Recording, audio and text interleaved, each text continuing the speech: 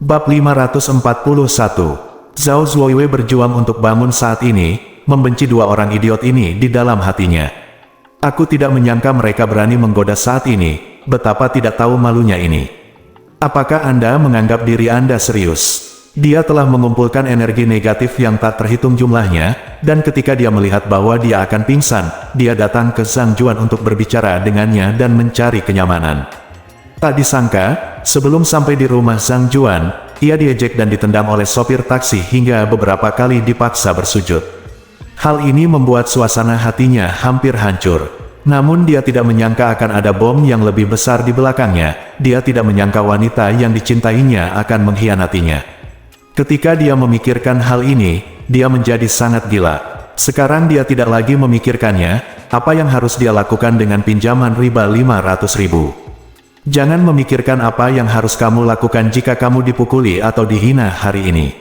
Satu-satunya hal yang ada dalam pikirannya sekarang adalah membuat pasangan ini membayar harganya.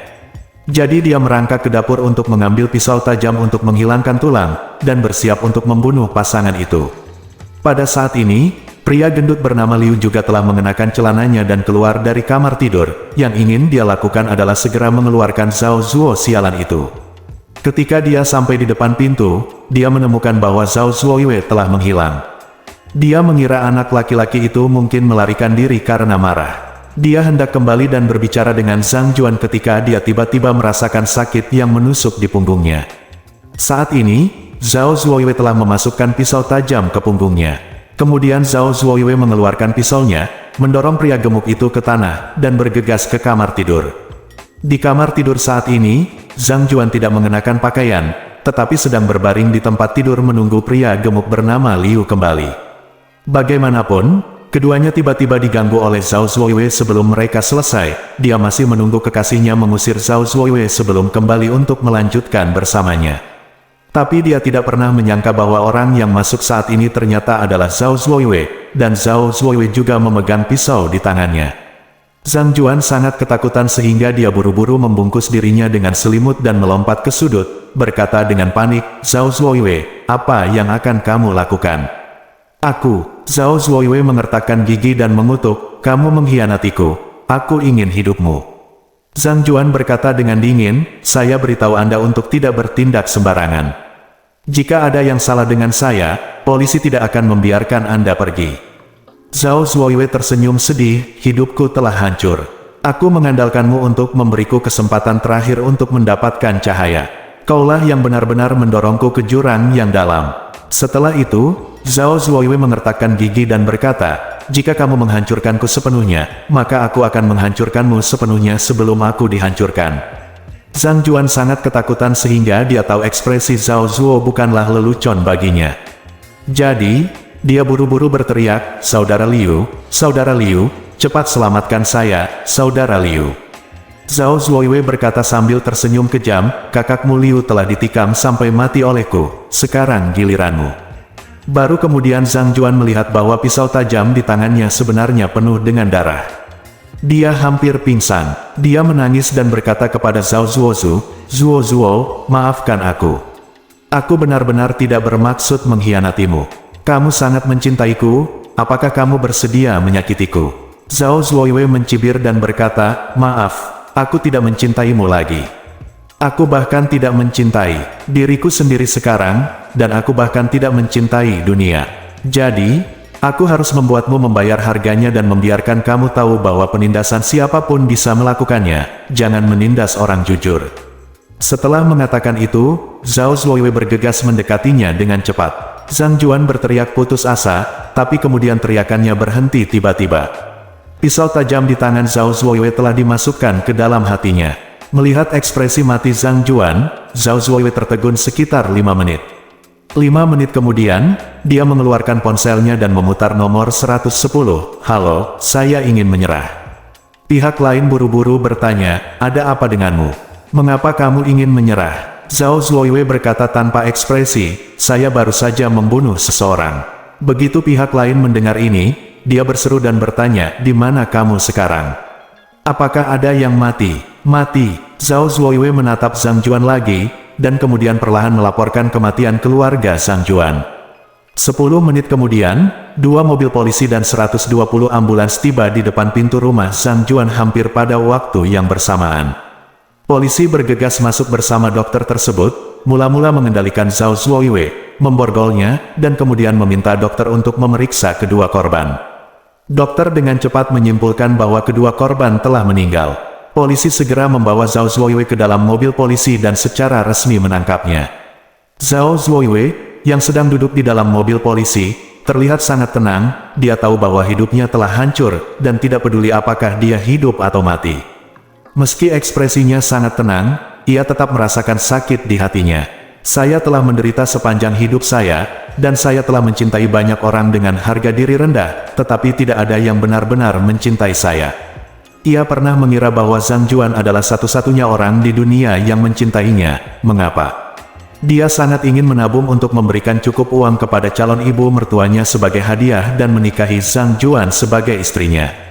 Untuk tujuan inilah dia mati-matian memberikan semua harta miliknya kepada Jiang Ming, bersama dengan pinjaman sebesar 500.000 yuan dengan tingkat bunga tinggi. Namun baru pada saat dia membuka pintu kamar Zhang Juan, dia benar-benar menyadari bahwa tidak ada seorang pun yang pernah mencintainya seumur hidupnya. Seperti kata pepatah, tidak ada kesedihan yang lebih besar daripada kematian.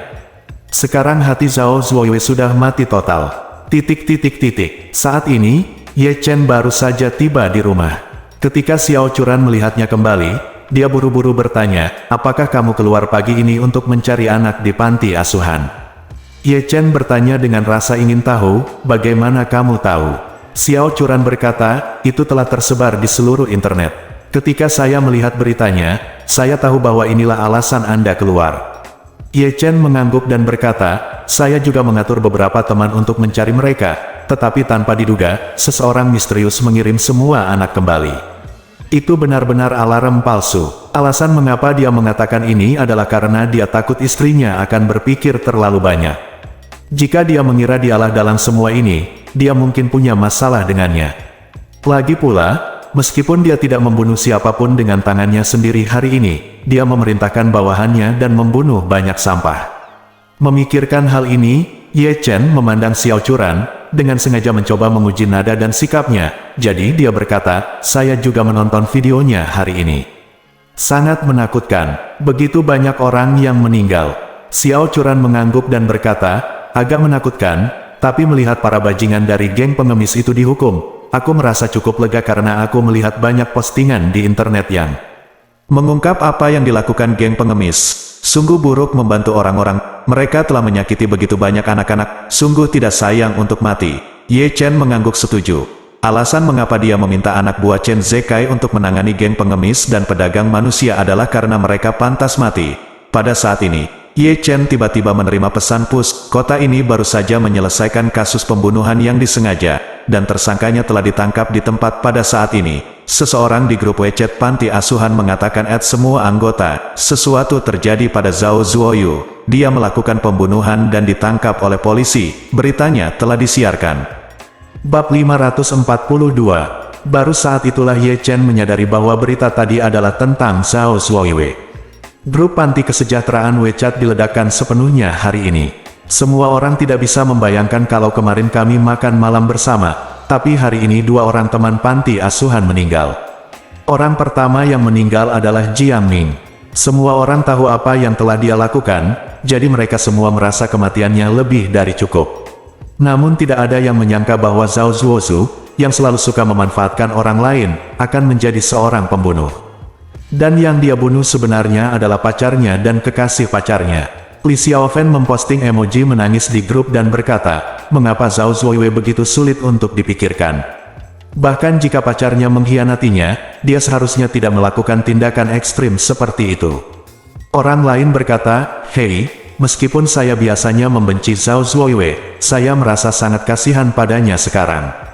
Dia sangat sedih tentang pacarnya, tapi saya tidak menyangka pihak lain akan memperlakukannya seperti ini. Orang lain berkata, Zhao Zuoyu membunuh 2 orang, apakah dia akan ditembak? Kabarnya bilang dia menyerah, jadi dia harus diperlakukan dengan lunakan. Dia tidak membunuh dengan keji demi uang atau tujuan lain, tapi karena pacarnya selingkuh di depannya. Kurasa pengadilan akan memutuskan kapan saatnya tiba, aku akan sedikit lebih bersimpati. Hei, kemungkinan besar adalah hukuman mati, dan kemungkinan kecilnya adalah kematian yang ditangguhkan. Tetapi bahkan jika itu adalah kematian yang ditangguhkan, hidupnya akan berakhir. Li Xiaofen menghela napas, Bibi Li juga mengetahui berita itu sekarang. Dia tampak sangat terluka, dia mengunci diri di kamar dan menolak keluar. Melihat ini, Ye Chen merasa sedikit kasihan pada Bibi Li. Terlepas dari apakah anak-anak ini akan menjadi baik atau buruk ketika mereka besar nanti, anak-anak ini semua diasuh oleh Bibi Li sedikit demi sedikit. Semua orang seperti anak-anaknya, dan dia kehilangan dua anaknya hari ini. Ye Chen, yang diam, berkata dalam kelompok saat ini, Xiaofen, apakah kamu ingin kami pergi menemui Bibi Li? Li Xiaofen berkata, tidak perlu, saudara Ye Chen, biarkan Bibi Li sendirian sebentar. Oke, Ye Chen tidak bisa menahan diri untuk tidak menghela nafas. Dia juga tidak menyangka Zhao Zuoyue akan berakhir seperti ini. Meski orang ini menyebalkan, dia memang cukup menyedihkan. Tapi sekali lagi, pasti ada sesuatu yang dibenci terhadap orang miskin. Mengapa orang bisa tertipu? Seringkali hal ini disebabkan karena mereka serakah. Jadi, dia menutup semua akun WeChat di panti asuhan, dan dia tidak ingin mendengar informasi lebih lanjut terkait hal ini hari ini. Saat ini, keluarga terburuk di dunia adalah keluarga Wu. Keluarga Wu dimarahi seperti anjing mati di internet, dan dikutuk dengan liar oleh netizen di seluruh Tiongkok. Pemelan itu semakin keras, tanpa ada niat untuk berhenti. Lebih penting lagi, fakta bahwa mereka menghabiskan uang untuk mencari angkatan laut terungkap sepenuhnya. Hal ini memperburuk keadaan, dan orang-orang di seluruh negeri semakin membenci keluarga Wu. Orang tua dari keluarga Wu sangat marah hingga hampir kehabisan nafas. Dia melakukan banyak tindakan pertolongan pertama untuk menyelamatkan nyawanya, namun dia sudah dalam keadaan koma yang parah. Ketika istri Wu Donghai, Sue yakin, mengetahui bahwa adik laki-laki dan perempuan iparnya telah meninggal dan keluarganya hancur, dia sangat hancur secara emosional sehingga dia menghancurkan semua yang dia bisa di ruangan itu.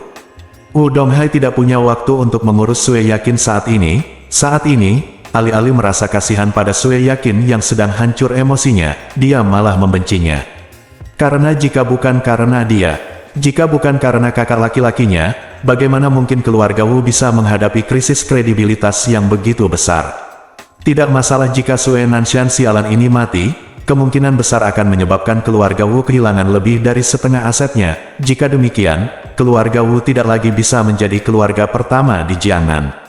Apalagi sifat kejadian ini sangat buruk sehingga diperkirakan masyarakat di seluruh negeri tidak akan pernah melupakan kejadian ini untuk sementara waktu, sehingga dalam jangka waktu yang lama keluarga Wu akan dibenci oleh orang-orang di dunia ini. Yang lebih parahnya lagi, bisnis keluarga Wu pasti akan sangat terpengaruh, dan aset keluarga Wu mungkin akan terus menyusut dalam jangka waktu yang lama. Akibatnya, kemungkinan besar keluarga Wu akan menjadi keluarga kelas 2. Hal yang paling menyedihkan adalah Wu Donghai sama sekali tidak melakukan apapun sekarang. Tidak mungkin dia bisa menyelamatkan dirinya sendiri. Faktanya, bahkan Daluo Jinxian tidak dapat menyelamatkan dirinya sendiri ketika menghadapi hal seperti itu. Karena hal yang paling menakutkan dalam segala hal adalah membuat orang marah. Jika suatu hari ada sampah yang muncul di keluarga Ye dan dibenci oleh seluruh negeri, maka keluarga Ye tidak akan berdaya untuk menyelamatkannya. Jadi pada saat ini, para kepala keluarga besar di seluruh negeri menghela nafas dalam hati mereka. Kita harus mengingat kesalahan dan pelajaran yang didapat oleh keluarga Wu kali ini. Keluarga Wu saat ini telah memberi pelajaran kepada keluarga besar di seluruh negeri, kelas. Saat ini, Wu Donghai telah menyerah untuk menyelamatkan reputasi keluarga Wu. Dia sekarang dipenuhi dengan kebencian dan hanya menginginkan satu hal, yaitu membalas dendam terhadap Ye Chen. Usin berlari ke arahnya dan berkata, "Ayah, 8 Raja Surgawi telah menjawab." Mereka berkata bahwa mereka hanya mengikuti pengaturan kakek, dan perintah orang lain tidak ada gunanya bagi mereka. Wu Donghai buru-buru bertanya, "Apakah dokter memberitahumu kapan kakekmu akan bangun?" Usin menggelengkan kepalanya, dokter bilang dia belum bisa memastikannya. Stroke kakek kali ini cukup serius. Wu Donghai mengerutkan kening, jika 8 Raja Surgawi tidak maju, saya khawatir saya tidak akan bisa mendapatkan kembali ayah dan anak di Gunung Changbai. Usin berkata, tetapi jika kita terus menunggu seperti ini, kita tidak tahu kapan kakek akan bangun. Setelah mengatakan itu, Wu Xin berkata lagi, menurut pendapat saya, kita harus mengirim beberapa ahli kelas 2 untuk mencobanya terlebih dahulu. Kali ini kita akan mengirim beberapa orang lagi. Wu Donghai berpikir sejenak, mengangguk sedikit dan berkata, menunggu bukanlah suatu pilihan. Dalam hal ini, mari kita kirim seseorang ke sini dulu. Wu Xin berkata saat ini, ayah, sebenarnya saya tidak begitu mengerti, mengapa kamu mencari musuh Ye Chen ini.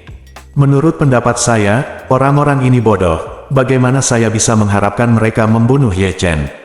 Wu Donghai berkata dengan tenang, kami menderita kerugian besar terakhir kali karena kami meremehkan musuh.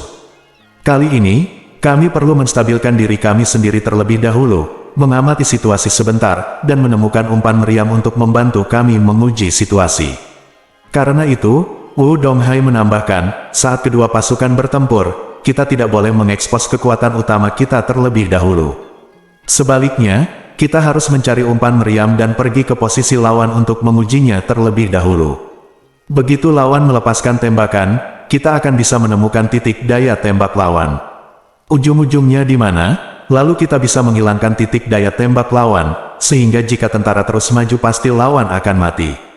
Kalau tidak, jika kita mengirim kekuatan utama langsung ke atas, bagaimana jika kita tersingkir oleh senjata lawan terlebih dahulu?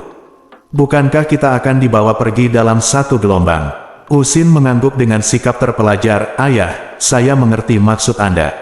Wu Donghai bersenandung dan berkata, karena kita mencari umpan meriam, kita harus menemukan seseorang yang memiliki dendam terhadap pihak lain, karena umpan meriam tersebut akan bergegas maju terlepas dari segalanya dan tidak takut mati.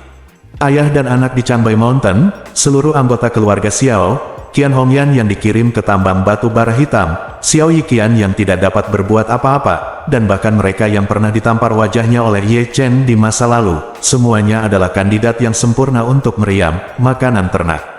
Setelah itu, dia bertanya kepada Wu Xin, apakah orang-orang yang pergi untuk menyelamatkan Qian Hongyan sudah berangkat? Wu Xin buru-buru berkata, sudah berangkat. Bab 543. Di masa lalu, hari-hari Qian Hongyan seperti bertahun-tahun. Dia adalah putra dan menantu tertua dari keluarga Xiao, jadi dia tidak pernah mengalami kesusahan atau dosa apapun. Sebaliknya, kehidupan Qian Hongyan juga sangat sejahtera di tahun-tahun ketika keluarga Xiao sejahtera. Oleh karena itu, Qian Hongyan tidak berani mengatakan bahwa dia telah menjalani kehidupan dengan pakaian bagus dan makanan enak, tetapi dia telah menjalani kehidupan yang baik sepanjang jalan. Sekarang dia terpaksa menggali batu bara siang dan malam di tempat pembakaran batu bara hitam. Jenis hidup ini lebih menyakitkan daripada neraka. Namun, Qian Hongyan adalah orang yang menjalani kehidupan paling nyaman di antara orang-orang yang dikirim ke tambang batu bara hitam oleh Ye Chen. Orang-orang itu sekarang disiksa sampai-sampai mereka terlihat seperti manusia. Mereka harus bekerja di tempat pembakaran batu bara hitam selama beberapa jam setiap hari, dan mereka tidak punya cukup makanan atau pakaian untuk menghangatkan mereka. Mereka semua kurus dan lapar. Wanita tua Helian juga mengalami kesulitan karena dia jelek dan tidak menyukai supervisor, sehingga rutinitas dan pekerjaannya sehari-hari tidak berbeda dengan laki-laki. Alasan mengapa Qian Hongyan memiliki waktu yang sedikit lebih baik adalah karena dia adalah seorang wanita muda, tampan dan terawat. Meski usianya sedikit lebih tua, dia tetap memiliki pesona yang sangat unik di mata supervisor. Jadi Qian Hongyan dengan setengah hati menjadi simpanan dari pengawas tambang batu bara hitam. Dia berusaha sekuat tenaga untuk melayani pengawas yang kotor dan bau itu setiap malam, yang membuat hidupnya lebih mudah. Setidaknya dia tidak perlu melakukan banyak pekerjaan dan memiliki lebih banyak waktu untuk istirahat. Yang lebih penting, dia makan lebih baik dari yang lain. Namun meski begitu, kehidupan seperti itu masih sangat menyiksa bagi Qian Hongyan. Meskipun supervisornya memiliki status dan suara tertinggi di tambang batu bara hitam, terus terang saja, dia hanyalah seorang lelaki tua jahat dari pedesaan. Dia sangat jorok dan tidak memperhatikan kebersihan diri, terkadang dia tidak mandi selama 2 minggu. Tapi Qian Hongyan tidak punya pilihan selain menahan rasa mualnya untuk menyenangkan dan melayaninya. Pada malam hari, Qian Hongyan baru saja selesai melayani supervisor dan keluar dari rumah bata dalam keadaan acak-acakan. Qian Hongyan juga memegang baskom plastik di tangannya. Meskipun supervisor ini tidak suka mandi, mencuci muka, atau menggosok gigi, dia suka merendam kakinya setiap hari, dan begitu dia merendam kakinya, dia akan meminta Qian Hongyan untuk membantu dia mencuci kaki. Setiap kali Qian Hongyan membawa baskom berisi air untuk mencuci kakinya, baskom itu menjadi gelap gulita setelah dicuci. Qian Hongyan menitikkan air mata kesedihan saat memikirkan bau kakinya. Supervisor bajingan itu, yang tidak mengerti apapun tentangnya, membuatnya merasakan sakit di sekujur tubuhnya. Kulit aslinya yang halus berangsur-angsur menjadi kasar di lingkungan yang penuh dengan debu dan bubuk batu bara. Hari-hari seperti ini benar-benar seperti neraka, dan saya tidak tahu apakah saya akan mempunyai kesempatan untuk meninggalkan tempat di mana matahari tidak pernah bersinar. Qian Hongyan membawa baskom dan menuju ke ruang air mendidih. Dia kebetulan melihat keluarga Helian, semuanya berwajah gelap, membawa sekeranjang batu bara ke tumpukan batu bara. Helian menatapnya dengan mata penuh kebencian dan kecemburuan. Menurutnya, jika Qian Hongyan, wanita Jalang Bao, tidak menariknya ke dalam masalah dengan malang, dia tidak akan berakhir di tempat ini. Terlebih lagi, keluargaku telah bekerja dengan beban kerja yang tinggi sejak mereka masuk, tapi bagaimana dengan Qian Hongyan? Hanya karena dia merawat dirinya sendiri lebih baik daripada dia bisa menjadi selir supervisor. Jadi, dia melihat ke arah Qian Hongyan dan menjadi marah. Dia mengertakkan gigi dan mengutuk, beberapa wanita sangat tidak tahu malu. Mereka tidur dengan supervisor untuk mendapatkan keuntungan yang begitu kecil. Sungguh tidak tahu malu. Ketika Qian Hongyan mendengarnya mengejeknya, wajahnya secara alami penuh amarah, dan dia mengutuk, Helian, harap berhati-hati dengan apa yang kamu katakan kepadaku, kalau tidak aku akan membuatmu tidak bisa makan besok. Ketika Helian mendengar ini, dia sangat marah. Qian Hongyan, apa yang kamu lakukan? Bukankah kamu hanya tidur dengan supervisor? Apakah kamu pikir dengan dia sebagai pendukungmu, aku tidak akan berani melakukan apapun padamu? Tunggu saja sampai dia bermain. Jika aku bosan denganmu, bukankah kamu akan tetap sama sepertiku saat itu? Qian Hongyan sangat marah sehingga dia berseru, Helian, saya pikir Anda dan keluarga Anda tidak memikirkannya lagi. Apakah Anda percaya bahwa saya akan menambah jam kerja harian Anda dari 16 jam menjadi 20 jam besok? Anda akan melakukannya melelahkan keluargamu sampai mati. Ketika Helian mendengar ini, dia langsung marah, apakah Qian Hongyan punya hati nurani?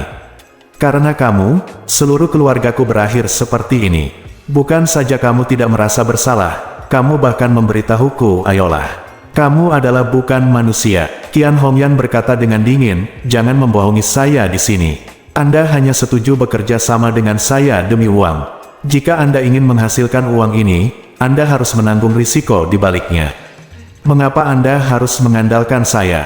Helian mengertakkan gigi, tidak masalah kamu bergantung pada siapa. Jika bukan karena kamu, keluargaku akan menikmati makanan panas di Jinling.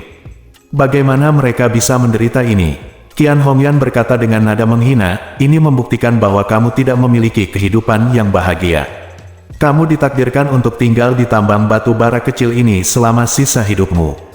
Entah kamu akan mati kelelahan di sini, atau tambang batu bara kecil itu akan runtuh dan membunuhmu di dalam sumur. Intinya, singkatnya, kamu tidak akan pernah bisa berbalik dalam hidup ini. Ketika Helian mendengar ini, dia langsung menjadi marah. Setelah bekerja keras sebagai dealer di Macau selama bertahun-tahun, saya menabung sejumlah uang dan kembali ke Jinling untuk mempersiapkan masa pensiun. Namun, Qian Hongyan memintanya untuk memasang jebakan untuk Malan. Tidak masalah jika dia yang mengaturnya, jebakan untuknya. Dia datang ke tambang batu bara dan kemudian menjalani kehidupan yang gelap dan neraka, jadi bagaimana mungkin dia tidak membenci Qian Hongyan di dalam hatinya.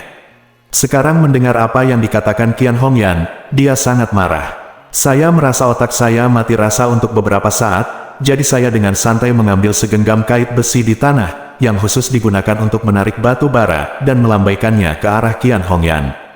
Qian Hongyan tidak pernah menyangka wanita Jalang Bao ini berani memukulnya. Dan kait besi itu digerakkan segera setelah dia muncul, yang membuatnya takut sampai kencing dan melarikan diri, tapi dia memulainya agak terlambat, jadi kait besi itu mengenai betisnya. Kail besinya bahkan bisa mengait ke batu bara yang keras, belum lagi dagingnya. Qian Hongyan merasa kail itu seperti kail ikan, menusuk seluruh daging betisnya, lalu dia merasakan sakit yang menusuk, menyebabkan dia tersandung dan jatuh ke tanah. Saat ini, betisnya sudah mengeluarkan darah dan tampak mengerikan. Qian Hongyan ketakutan. Dia tahu betul bahwa semua yang ada di tempat pembakaran batu bara kecil ini sangat kotor. Kait besinya berkarat dan berdebu, dan ada banyak sekali bakteri. Di dalamnya, terinfeksi terlebih lagi. He Lian di depannya jelas telah kehilangan akal sehatnya dan merupakan ancaman bagi dirinya sendiri. Jadi dia buru-buru berteriak, "He Lian, kamu berani menyentuhku? Tidakkah kamu ingin hidup?" Mata He Lian memerah saat ini, dan dia mengertakkan giginya dan berkata, "Kamu telah menyakitiku sampai saat ini dan membuatku hidup dalam kegelapan selama sisa hidupku. Maka sebaiknya aku mati bersamamu."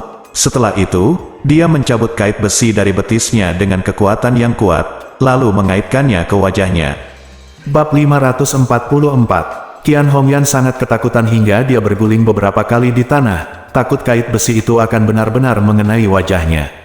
Benda itu terlihat sangat menakutkan, mungkin akan membuat Anda terpesona. Tapi kaki Qian Hongyan terluka, bahkan jika dia bisa menghindari dua pukulan pertama He Lian terus mengejarnya dan memukulinya dengan keras. Menurut sikap ini, cepat atau lambat He Lian akan disiksa dengan darah. Qian Hongyan hendak melarikan diri ketika dia tiba-tiba merasakan sakit di kakinya dan jatuh ke tanah. Ketika dia sadar, He Lian bergegas mendekat, mengayunkan kail besar dan memukul kepalanya. Saat ini, Qian Hongyan tidak bisa melarikan diri apapun yang terjadi. Dia menutup matanya dengan putus asa, berpikir bahwa dia akan mati hari ini. Namun saat ini, beberapa Toyota Overload tiba-tiba masuk. Lampu mobil yang menyilaukan langsung mengenai wajah He Lian. Sekelompok orang melompat keluar dari mobil, dan salah satu dari mereka menodongkan pistol ke He Lian. "Apa yang kamu lakukan?" "Letakkan kait itu." Petik 2 titik. He Lian terkejut dengan formasi ini. Bagaimanapun, dia telah bekerja di kasino Macau selama bertahun-tahun. Dia berpengetahuan luas dan dapat mengetahui secara sekilas orang seperti apa yang memiliki kekuatan seperti apa. Meski satpam dan pengawas tambang batu bara hitam itu menakutkan, mereka tidak punya senjata. Kelompok orang ini sepertinya punya latar belakang yang lebih besar. Jadi dia menggigil dan menjatuhkan kait besi itu ke tanah. Pada saat ini, pemimpinnya, seorang pria parubaya gemuk dengan wajah berotot, melangkah ke depan Qian Hongyan, membuka foto di ponselnya, memandang Qian Hongyan, dan bertanya, "Kamu adalah Qian Hongyan?" Merah. Petik 2. Qian Hongyan mengangguk dengan panik, siapa kamu?" Petik 2. Pria parubaya itu mengangguk dan berkata dengan tenang, "Halo, Mes. Qian, izinkan saya memperkenalkan diri. Saya dari keluarga Wu di Suhang. Nama saya Tian Zong. Saya di sini untuk membawa Anda ke Suhang." Petik 2. Qian Hongyan bingung dan berkata dengan hati-hati, "Halo, Tuan Tian, sepertinya saya tidak mengenal keluarga Wu." Tian Zong berkata tanpa ekspresi, "Tuan muda, kami tahu bahwa Anda ditipu di sini oleh Ye Chen, jadi dia meminta saya datang ke sini untuk menyelamatkan Anda dan ikut bersama kami ke Suzhou dan Hangzhou. Tuan muda, kami ingin memberitahu Anda sesuatu, lalu biarkan kamu temui keluargamu." Petik 2. Qian Hongyan bertanya dengan heran, "Apakah yang kamu katakan itu benar? Apakah Anda benar-benar ingin menyelamatkan saya dan membiarkan saya bertemu keluarga saya?" Petik 2. Tian Zong bertanya dengan suara dingin, "Kalau tidak, menurutmu apakah aku datang jauh-jauh ke tempat di mana burung tidak buang air besar hanya untuk mengganggumu?" Petik 2. Ketika Qian Hongyan mendengar ini, dia sangat gembira hingga dia hampir menangis. Jadi, dia sangat gembira hingga wajahnya menangis. Dia mengangguk dan berkata, terima kasih, Tuan Wu. Terima kasih." Petik 2. Tian Zong merasa sedikit jijik saat melihat dia kotor. Dia berkata kepada orang di belakangnya, "Biarkan dia mengambil mobilmu." Petik 2. "Oke bos." Petik 2. Pria itu berkata, meletakkan pistolnya, dan hendak membawa Qian Hongyan ke dalam mobil. Pada saat ini, seorang pria keluar dari ruangan sambil mengumpat, dan mengumpat dengan suara yang sangat tidak senang, "Apa yang kalian lakukan, sekelompok bajingan? Hal yang sama berlaku untuk wanita saya, apakah Anda membawanya pergi seperti yang Anda katakan? Serahkan dia padaku." Petik 2. Tian Zong mengerutkan kening dan bertanya, "Kamu pikir kamu ini siapa?" Petik 2. Orang ini adalah pengawas tambang batu bara hitam ini. Jika bosnya tidak ada di sini, dia adalah kaisar setempat di sini. Jadi dia berkata dengan arogan, "Saya pengawas keselamatan di sini. Anda datang ke tempat saya untuk menjaga orang. Pernahkah Anda menyapa bos kami, Li?" Izinkan saya memberitahu Anda, bos kami Li sangat berkuasa secara lokal. Petik 2. Tianzong berkata dengan dingin, bukankah bosmu Li meneleponmu? Apa aku sudah memberitahumu bahwa tempat ini telah dibeli oleh tuan muda kita? Petik 2. Candaan. Supervisor itu berteriak dengan dingin, jika bos Li benar-benar menjual tempat ini, dia pasti akan memberi tahu saya. Menurutku kalian punya niat jahat dan ingin merampok wanitaku. Petik 2. Tianzong memandang Qian Hongyan dan bertanya, apa yang terjadi? Apakah kamu wanitanya? Petik 2. Qian Hongyan menangis dan berkata, tidak, aku dipaksa olehnya. Petik 2. Tianzong memandang ke supervisor dan berkata dengan dingin, karena dia tidak mengakui bahwa dia adalah wanitamu, maka jangan main-main denganku di sini. Petik 2. Supervisor, yang telah dilayani oleh Qian Hongyan selama hari-hari ini, tidak lebih dari seorang topi tua pedesaan. Saya belum pernah bertemu wanita tua berkulit putih dan lembut seperti ini dari kota, jadi saya sudah lama kecanduan Qian Hongyan. Sekarang melihat orang-orang ini akan membawa pergi Qian Hongyan, dia tentu saja sangat tidak senang. Jadi dia berkata dengan suara dingin, saya tidak peduli dengan apa yang Anda miliki atau tidak miliki, omong kosong apa yang Anda miliki, sekali lagi saya katakan, dia adalah wanita saya. Petik 2. Tianzong mendengus dingin, kamu mencari kematian sendirian. Kalau begitu aku tidak memberimu kesempatan. Petik 2. Setelah dia selesai berbicara, dia segera mengeluarkan pistol berwarna gelap dari pinggangnya, mengarahkan moncongnya ke supervisor, dan menarik pelatuknya tanpa ragu-ragu. Dengan keras, lidah api keluar dari moncong senjatanya, dan sebutir peluru langsung mengenai dahi pengawas itu. Supervisor yang tadinya masih sombong berubah menjadi mayat dalam sekejap. Qian Hongyan sangat ketakutan hingga dia berteriak, tetapi mata Helian dipenuhi dengan kegembiraan. Dia merasa bahwa kesempatannya untuk bertahan hidup telah tiba. Jadi, dia buru-buru berkata kepada Tianzong, saudaraku, kami juga diculik di sini. Tolong bawa kami pergi juga. Petik 2. Ketika Qian Hongyan mendengar ini, dia buru-buru berkata, jangan membawanya pergi. Dia hanya ingin membunuhku. Petik 2. Tianzong memandang Qian Hongyan dan bertanya, apakah wanita ini musuhmu? Petik 2. Qian Hongyan segera mengangguk. Dia berseru, ya, dia adalah musuhku, dan dia ingin membunuhku. Petik 2. Helian merasa cemas. Dia buru-buru berkata, Qian Hongyan, jangan bicara omong kosong. Kapan aku? Sebelum Helian selesai berbicara, tiba-tiba terdengar suara tembakan. Qian Hongyan kaget, melihat lagi, Tianzong mengangkat pistolnya lagi, dan moncong pistolnya diarahkan ke Helian. Adapun Helian yang baru saja berbicara, wajahnya sudah berlumuran darah, dia membeku di tempat sejenak, lalu jatuh ke tanah dengan keras. Tianzong benar-benar menembak mati Helian.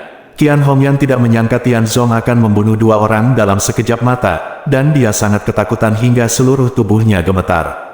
Anggota keluarga Helian segera meratap dan bergegas menuju tubuhnya. Mereka tidak menyangka bahwa Helian, yang tadi masih hidup dan menendang, kini terpisah dari mereka. Tapi mereka tidak punya pilihan. Pertama, mereka tidak berani membalas dendam pada Tianzong, dan kedua, mereka tidak berani membalas dendam pada Qian Hongyan. Mereka hanya bisa memegangi tubuh dan menangis dengan sedihnya. Tianzong tidak mempedulikan keluarga di depannya, dia berbalik dan berkata kepada anak laki-laki di sekitarnya, pesawat masih menunggu di bandara. Ayo cepat berangkat. Petik 2. Qian Hongyan yang ketakutan segera masuk ke dalam mobil yang mendominasi. Tianzong juga masuk ke dalam mobil yang dia datangi. Ketika mobil itu berbalik, dia membuka jendela dan mengarahkan senjatanya ke keluarga Helian. Selama keluarganya mengambil langkah maju, dia akan segera membunuh mereka. Untungnya, keluarga Helian sangat ketakutan sehingga mereka tidak berani bergerak. Segera setelah itu, konvoi meninggalkan tambang batu bara hitam di pegunungan dan menuju bandara setempat. Bab 545.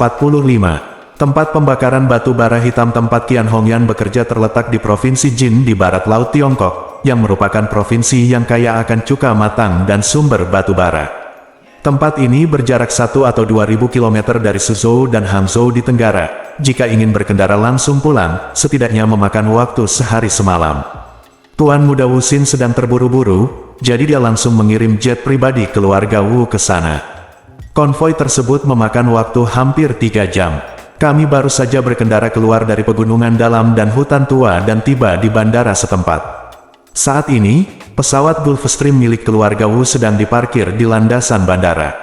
Qian Hongyan tidak pernah membayangkan bahwa orang yang akan membawanya ke Suzhou dan Hangzhou adalah pesawat pribadi. Tianzong membawanya ke pesawat, dan ketika dia melihat interior mewah seperti istana, matanya hampir keluar. Tianzong melihat dia kotor. Dia mengerutkan kening dan berkata kepadanya, "Ada kamar mandi di belakang pesawat tempat kamu bisa mandi. Masuk dan mandi, jangan mengotori pesawat tuan kita." Petik 2. Qian Hongyan buru-buru mengangguk. "Hati-hati saya sampai di bagian ekor pesawat pribadi." Sesuai dugaan, di sini ada kamar mandi yang sangat mewah. Walaupun kecil tapi tetap bisa mandi. Memang sangat tidak biasa. Saat dia hendak mandi, pesawat sudah mulai taksi. Melihat pesawat hendak lepas landas, semua orang sudah duduk di kursi dan mengencangkan sabuk pengaman, tapi dia takut dia akan terlalu kotor dan akan menodai kursinya, jadi dia buru-buru meraih pegang-pegangannya dan berdiri kokoh. Baru setelah pesawat lepas landas, menyelesaikan pendakiannya, dan mulai terbang dengan lancar, Qian Hongyan mandi di kamar mandi. Setelah mandi, Qian Hongyan dengan hati-hati duduk di kursi sesuai dengan pakaian baru yang dibawa oleh staf layanan. Menunggu nasib selanjutnya, Qian Hongyan bukanlah orang bodoh. Meskipun dia tidak tahu mengapa keluarga Wu datang untuk menyelamatkannya, yang bisa dia yakini adalah tidak ada makan siang gratis di dunia, dan keluarga Wu pasti berguna dalam menyelamatkannya. Lalu dia memikirkan keluarganya. Dia tidak tahu bahwa saat ini, suaminya, putra dan putrinya semua mengira dia telah mengambil semua uang keluarga dan melarikan diri bersama bocah lelaki cantik itu. Dia bahkan tidak tahu bahwa keluarganya sudah sangat membencinya. Yang ada di pikirannya saat ini hanyalah keluarganya. Dia merindukan suaminya, putra dan putrinya. Faktanya, Qian Hongyan sebenarnya bukanlah wanita yang sembrono. Ketika dia dan Xiao Changqian telah bersama begitu lama, mereka selalu ingin menjalani kehidupan yang baik di rumah, dan mereka tidak pernah berpikir dua kali. Namun sejak dia dikirim ke tambang batu bara hitam, dia berselingkuh dari suaminya hampir setiap hari, dan hal itu terjadi dengan lelaki tua pedesaan yang menjijikkan, yang membuatnya merasa sedikit tidak nyaman. Dia tidak tahu apakah suaminya tahu apa yang dia alami selama ini, apakah dia akan bersimpati padanya atau menyalahkan dirinya sendiri karena telah mengkhianatinya. Memikirkan hal ini, Qian Hongyan memutuskan untuk menyembunyikan masalah ini dan tidak akan pernah menceritakannya kepada siapapun. Saat pesawat tiba di Suzhou dan Hangzhou, hari sudah gelap. Iring-iringan mobil keluarga Wu sudah menunggu di sini. Pesawat telah tiba, dan Qian Hongyan langsung dibawa ke villa besar keluarga Wu. Tadi malam, baik keluarga Wu maupun putranya tidak tidur. Mereka tidak menunggu Qian Hongyan, karena masalah internal dan eksternal yang sangat besar sehingga saya benar-benar tidak bisa tidur. Bukan hanya mereka berdua, tapi juga beberapa kakak beradik Wu Donghai. Selain anak-anak mereka, total ada 20 atau 30 anggota keluarga dekat, semuanya duduk di ruang tamu sepanjang malam. Video Sue Nanshan dan anggota inti klan pengemis yang diperkosa oleh Jiang Jiang masih menyebar di internet. Dan setiap orang yang melihat video ini memarahi keluarga Wu berkali-kali di dalam hati mereka. Oleh karena itu, reputasi keluarga Wu terus menurun. Pada kasus ini, semua orang di keluarga Wu yang bernama Wu sangat panik hingga sulit untuk tidur. Ketika Qian Hongyan dibawa ke rumah Wu, Tianzong tidak membiarkannya pergi ke ruang tamu secara langsung, melainkan mengaturnya untuk sementara di ruang tamu pelayan, dan kemudian datang untuk mengundang Wu Donghai dan Wu Xin. Mendengar bahwa Qian Hongyan telah dibawa kembali, ayah dan anak itu pergi menemuinya.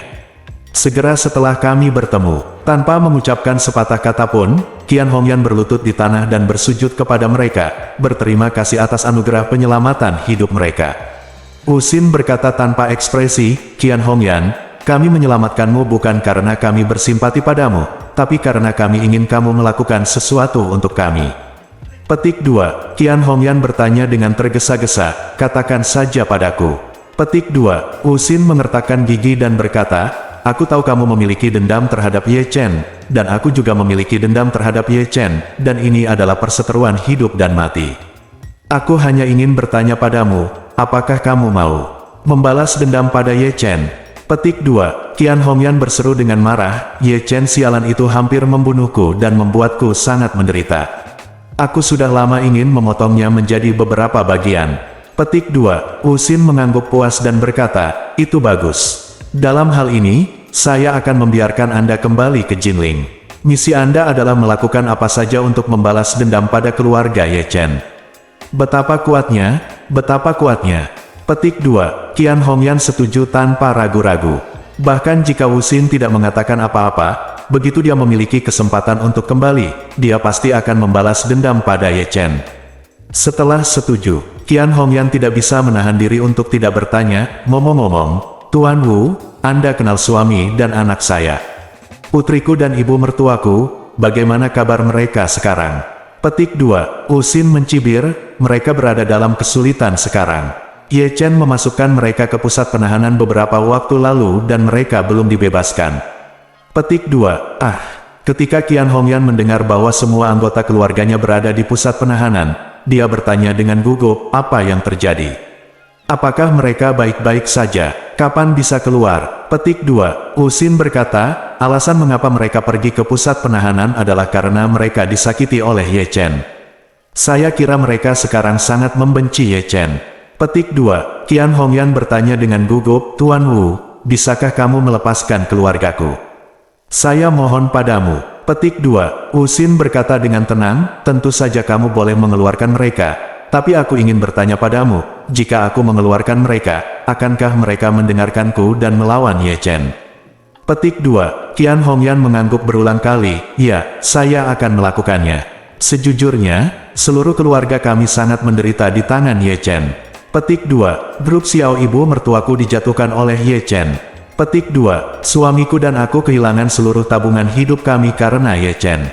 Petik 2, putraku seharusnya menjadi pewaris grup Xiao, tapi pada akhirnya dia tidak punya apa-apa dan menjadi pecundang.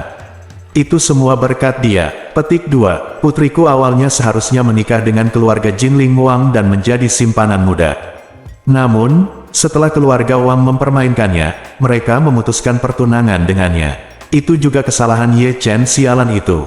Petik 2, ketika dia mengatakan ini, Qian Hongyan hampir pingsan secara emosional karena kemarahannya, dan seluruh tubuhnya bergetar hebat. Dia kehilangan kendali atas emosinya saat ini, pingsan dan menangis. Saya dikirim ke tambang batu bara kecil yang gelap itu, dan menjalani kehidupan yang mengerikan untuk waktu yang lama.